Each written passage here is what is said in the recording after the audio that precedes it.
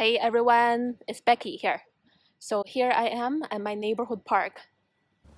So welcome to another new video on my YouTube channel. So in today's video, I'm going to show you my full process drawing and painting watercolors of these two pages. So today is a very rare day with sunshine in the rainy days of Vancouver. So I decided to come out and get some fresh air, do some sketches. There's some sunshine today, but it's still very cloudy. Rain is not in the weather forecast, so it's safe to do sketches out here today. The clouds are looking very interesting with so many layers and dimensions. And the lighting condition is also pretty inspiring. So here I am sitting on a bench, so it's nice and comfortable. And I'm going to sketch this pretty random view in front of me on the left hand side. So before I put line work on paper, I'd like to spend a couple minutes visualizing the size and placement of the main objects in the scenery. Starting from the left hand side, I see the largest objects are these two water drop shaped bushes. Nice and chubby and round. And underneath them, I think there's a flower bed. And now just adding some texture marks for the bushes using little broken lines. So these little lines are made from my impression of what I see, half from memory, not from copying directly. And now I'm drawing these two perspective lines, the walkway. And now I'm connecting this house behind the bushes, starting with the rooftop and the top floor. And now I see this cherry tree overlapping in front of the house, and now I'm drawing it.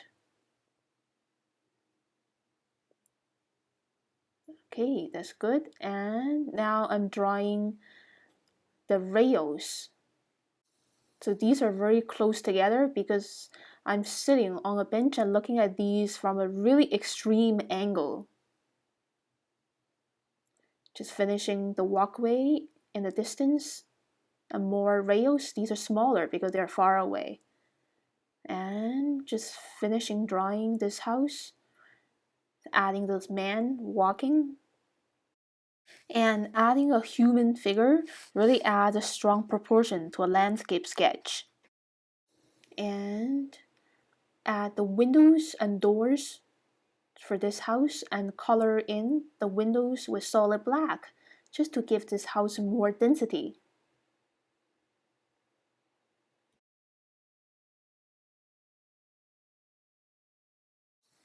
And just adding the little chimney there and connecting this house with another house beside it on the right hand side. Now I see another large object in this scenery is this tall tree behind the two chubby bushes. So now as you can see, I'm drawing the branches and the twigs, drawing pretty fast because I know there's no need to be exactly the same as the real thing. Just quickly summarizing the form of this tree. There's more trees in the distance there. And some more behind the house.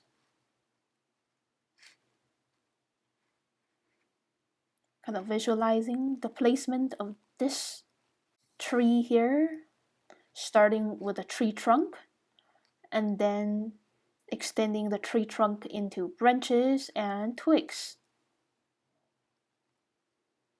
Again, drawing pretty fast because the faster I am, the less I am hesitating and the more of a spirit that I'm expressing, of nature, of what I see, of what I feel.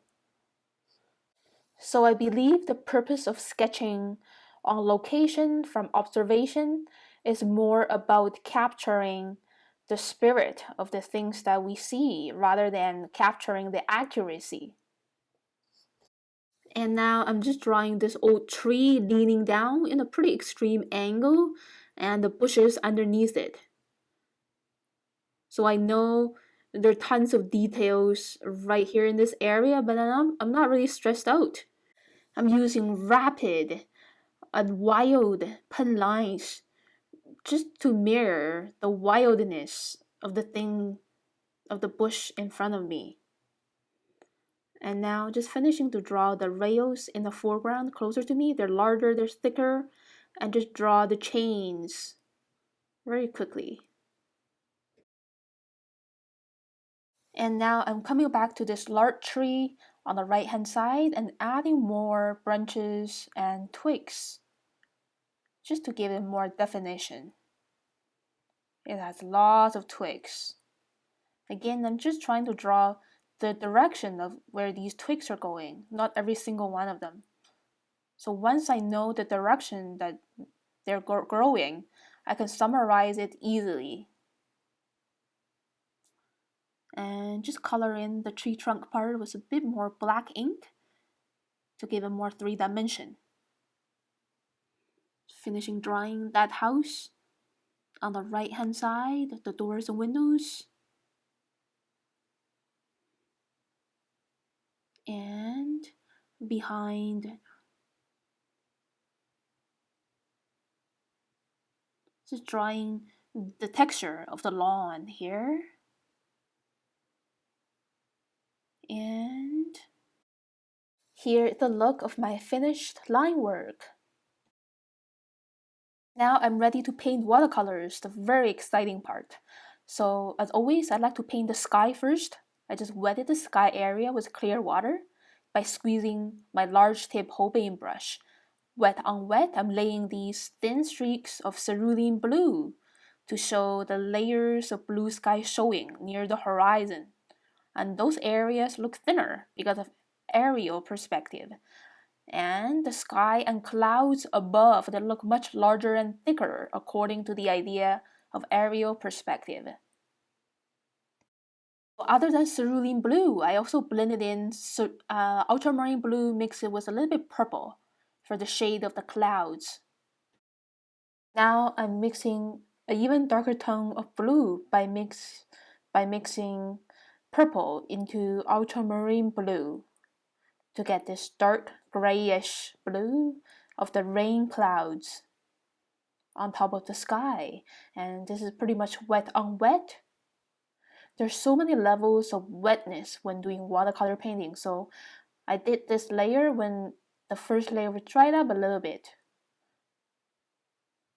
So the blending is very easy to control and yet still fuzzy and natural. Just adding a tiny bit of shade around the bottom of the sky.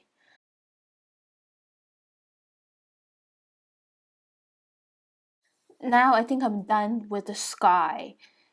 So as you can see, I'm wetting the lower part of this image with clear water by squeezing my water brush. I want to paint the houses first with this warm color. Yellow ochre mixed with a little bit orange and burnt sienna for the rooftop, a nice warm brown.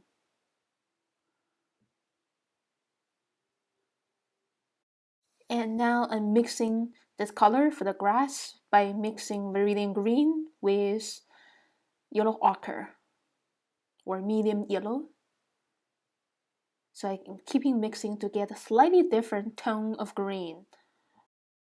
So the more yellow that we mix into viridian green, the warmer the green is to show the sunshine on the grass or other greeneries.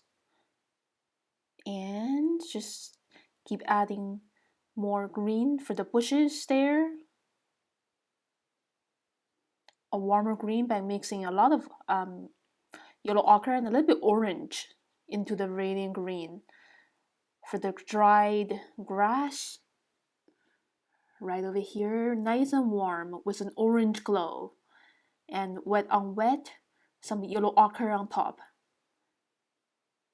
So I'm painting really freely to show the natural look of the grass. And now just adding this warm yellow-orange reflected onto the grass, right over here. The lighting condition is really special. Add a bit of warm yellow-orange there on the left-hand side. Adding a darker tone of green by mixing burnt sienna into viridian green to add a shade for these two bushes. And the trees in the distance are looking pretty dark green.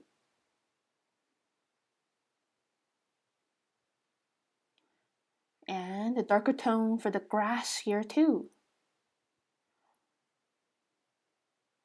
because there are shadows coming from the trees and bushes around it.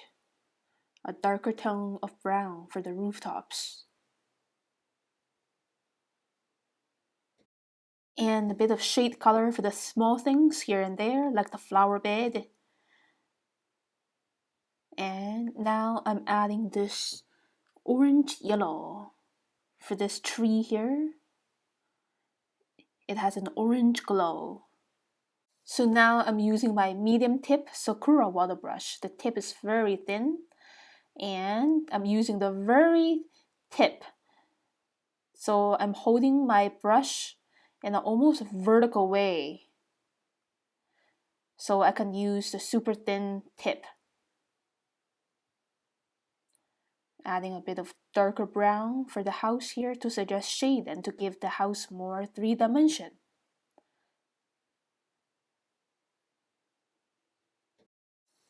And now I'm adding some more golden glow for this tree here too. Again, use very thin brush strokes. Hold the brush in a vertical way. So before I call it done, I sense that I need more contrast for the sky. For the rain clouds, they look darker and denser and more dramatic. So I just mix ultramarine blue with purple and a little bit green to get this dark shade, and of course less water, so the color is more intense. And use thinner brushstrokes for the clouds and shade area lower in the sky. Again, the idea of aerial perspective. The clouds in the distance look thinner. And now also adding the shadows on the grass coming from all of the trees. The shadows are actually very thin.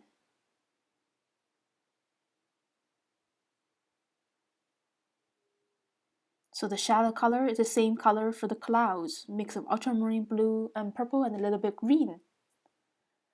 And now I can call it done.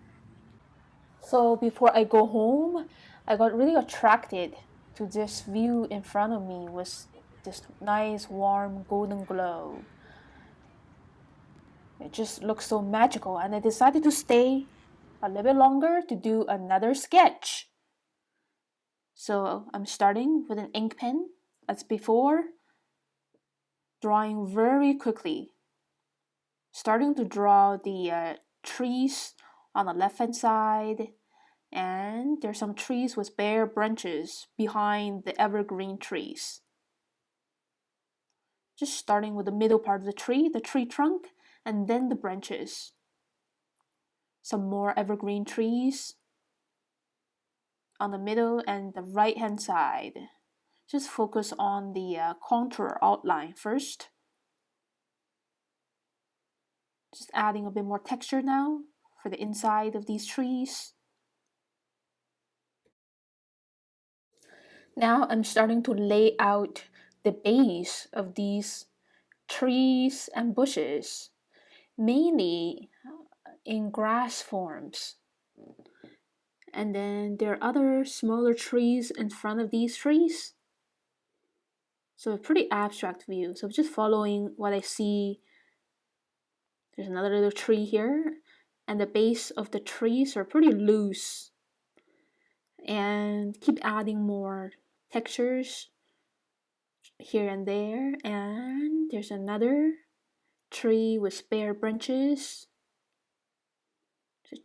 to try my best to draw as many twigs as I can.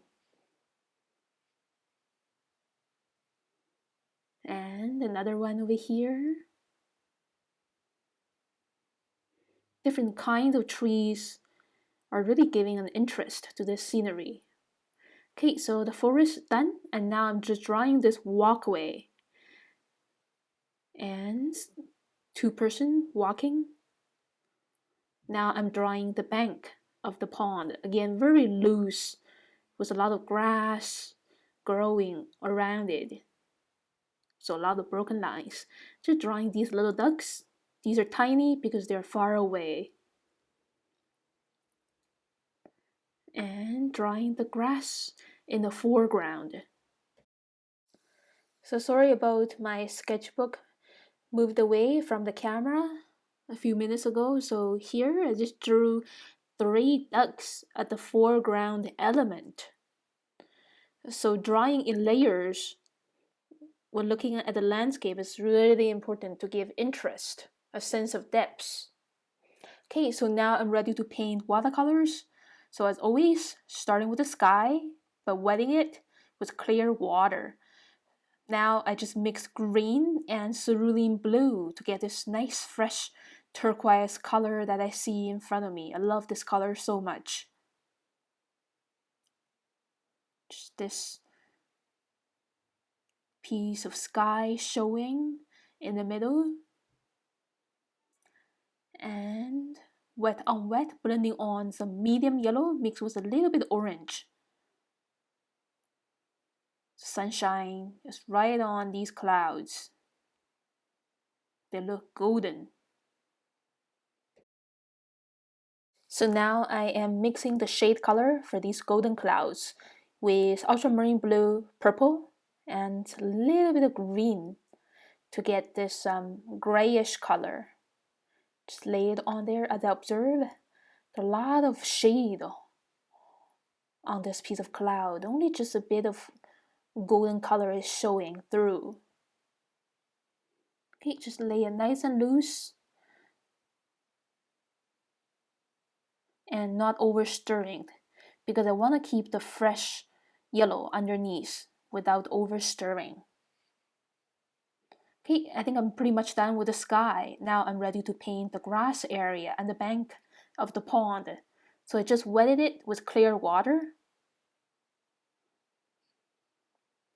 and laying on some fresh green mixed with viridian green and yellow or yellow ochre, depending on the tone that you observe.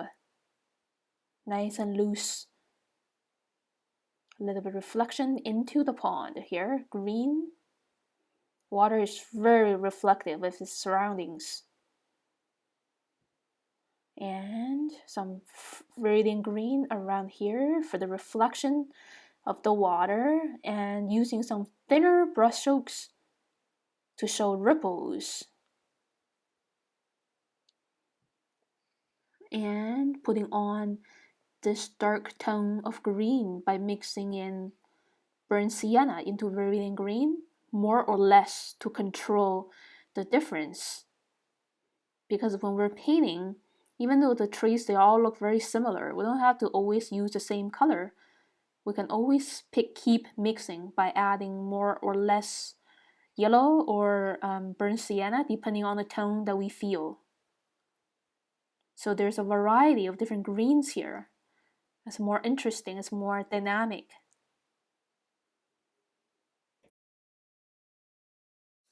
Okay, so now the first layer of everything is done. Now I'm ready to add the second layer. I need darker tones to give more contrast and interest for this sketch. It looks good right now, but I think it needs more contrast. Darker tones of green by mixing in a little bit ultramarine blue and burnt sienna into viridian green to make the green tone darker. Just add it here and there as I observe. This part of the forest is very dense with this dark green color. And just keep adding this dark green tone with my medium tip Sakura Water Brush using dotting brushstrokes, just so I can create a really nice texture at the same time with dotting brushstrokes. And again, most of this forest has this dark green color, but not every single part. As you can see, I'm leaving tiny or small areas unpainted or very lightly painted. Okay, so now I want to paint the dried grass around the bank of the pond with mix of yellow ochre and a bit of burnt sienna. And adding this color too for the forest because there's some dried branches there with just very little bit of this color.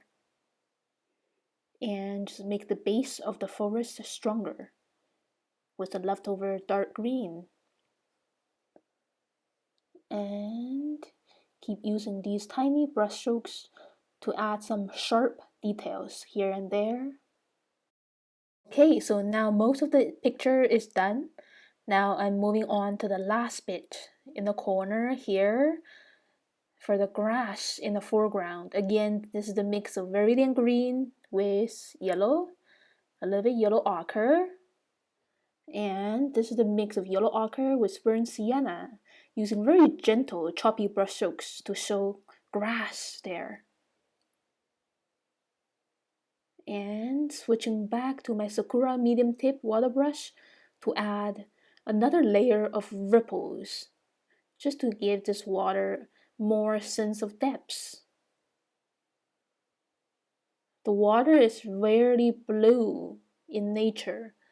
During different times in the day, in different weathers, and in different seasons, the reflections on it can be very different. Okay, and now I'm just adding pretty simple colors for these ducks. The green-headed duck over here was green and leftover brown for their bodies. And as you can see, I'm leaving a little square space on the left-hand side, white, because I'm planning to add my cup of afternoon coffee later on when I get home. So this is a really interesting way to compose an art journal page. Okay, and now adding some final polish with leftover brown. Yeah, and that's it. Here are my 2 finished sketches at the park. It took me about 1 hour to finish those 2, from drawing to painting. I had such a great time here.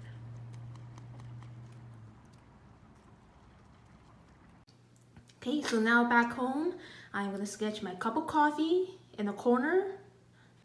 This is the same cup of coffee that I have every day, but after coming back from my walk, it feels different to me than on other ordinary days staying in. It's a very interesting feeling. Okay, now I'm starting to draw the opening of the cup. It's an oval shape, nice and round. The left side of the cup, the bottom nice and round. The right side connecting the handle. It's a curve. And the thickness of the handle. And now I'm drawing the thickness of the rim. So the thickness lines of the handle and the rim are very important details to give 3 dimension. And then I just drew the coffee line inside. And now I'm just drawing a platform just so this mug stays stable on the page. And that's it for the drawing part. And now I'm ready to paint watercolors again. Just getting everything in the right place. So wetting the whole area with clear water by squeezing my Holbein Water Brush. And mix of burnt sienna and yellow ochre for the first layer of the coffee, and leaving 2 spots of highlight. And now I'm ready to mix the shade color for the exterior of the cup. Pretty much leftover colors, the mix of ultramarine blue and purple and a little bit of green. leaving some bright spots on the exterior of the cup to show the little highlights. Another layer just to give a little more contrast.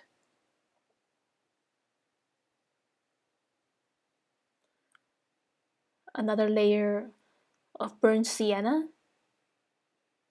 for the surface of the coffee. A little bit more stronger around the rim. So now it looks more attractive there. And just adding a little more stronger gray tone for the exterior of the cup, and then painting the shadow with the same mix, ultramarine blue and purple. A little bit shade for the handle too. Yeah, it's done. Alright, so here's the look of my art journal spread at last. So thank you so much for watching my video. If you like my video, please click like and leave me a comment below. Subscribe to my channel for weekly updates. I update this channel very often, about 2 to 3 times every week.